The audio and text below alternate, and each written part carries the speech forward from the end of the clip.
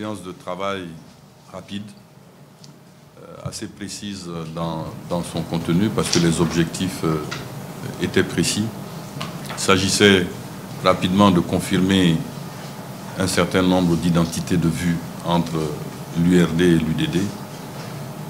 Mais j'ai profité de cette occasion pour remercier le président Cissé de nous avoir envoyé son représentant lors de notre dernière conférence nationale. Et s'est envoyé justement, par le contenu de son discours, à confirmer que sur un certain nombre de points essentiels aujourd'hui pour le Mali, nous étions parfaitement d'accord. L'heure a sonné pour que nous puissions taire les divergences, quelles qu'elles soient, afin de nous retrouver au chevet de notre pays. Et cela doit se traduire en un certain nombre d'actes. Un acte qui consisterait à avoir un outil exécutif d'union nationale afin que les problèmes urgents puissent être pris en charge rapidement. Et un deuxième outil qui permettrait à l'ensemble des composantes de notre nation de se retrouver afin de définir la voie pour que les réformes institutionnelles attendues, qu'elles concernent la Constitution, les réformes administratives, l'accélération de la mise en œuvre de l'accord pour la paix et la réconciliation, les questions sociales, les questions de sécurité, notamment celles du centre, et toute autre question relative au maintien de notre souveraineté, de l'intégrité de notre territoire, de la composante nationale qui nous a été léguée par l'histoire, puisse être discutée de manière efficace. Le président Cissé a bien compris toutes ces questions-là. J'en ai eu la preuve par son exposé.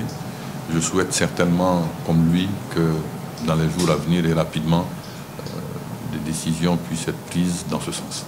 Merci. Je voudrais d'abord remercier le président Tchéma Coulibaly de l'UDD, remercier la délégation et au-delà tous les militants et sympathisants de votre parti.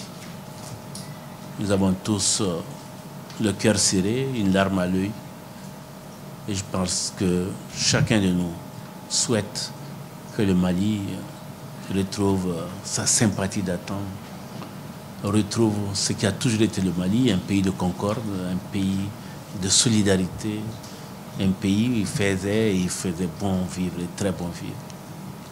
Il faut que les Maliens se parlent, qu'ils se parlent de façon sincère. Tout ce qui a pu se passer, tous les clivages qui ont pu se passer ne sont rien par rapport à la situation d'aujourd'hui et surtout aux promesses de l'avenir. C'est sur ces promesses que nous devons investir, c'est sur ces promesses que nous devons travailler. Mais nous sommes conscients que nous avons une responsabilité commune d'avoir vécu ensemble ce moment et que d'être obligés de laisser un héritage pour demain. Parce que nous serons tous comptables. L'histoire ne retient pas tout. L'histoire retient les très très bonnes actions et les très très mauvaises actions.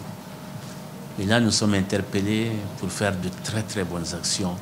Parce que les très très mauvaises actions se déroulent aujourd'hui sous nos pieds. Et là, l'histoire ne l'effacera pas de sitôt.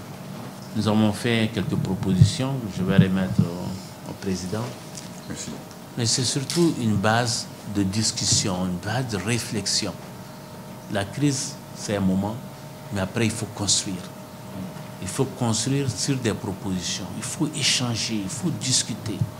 Mais il faut aussi construire, c'est quelque chose qu'il a dit de très important, sur la sincérité des acteurs. Il faut que nous mettions la vérité sur la table et que nous ne ménagions rien pour notre pays. Ce qu'on doit construire doit être quelque chose de durable pour 50 ans, pour 60 ans, pour 70 ans. Il ne s'agit pas de faire du replâtrage pour notre confort personnel à chacun d'entre nous. En tout cas, c'est notre ambition et je sais que vous la partagez. Merci encore pour l'honneur que vous nous avez fait d'être là. Merci pour votre humilité.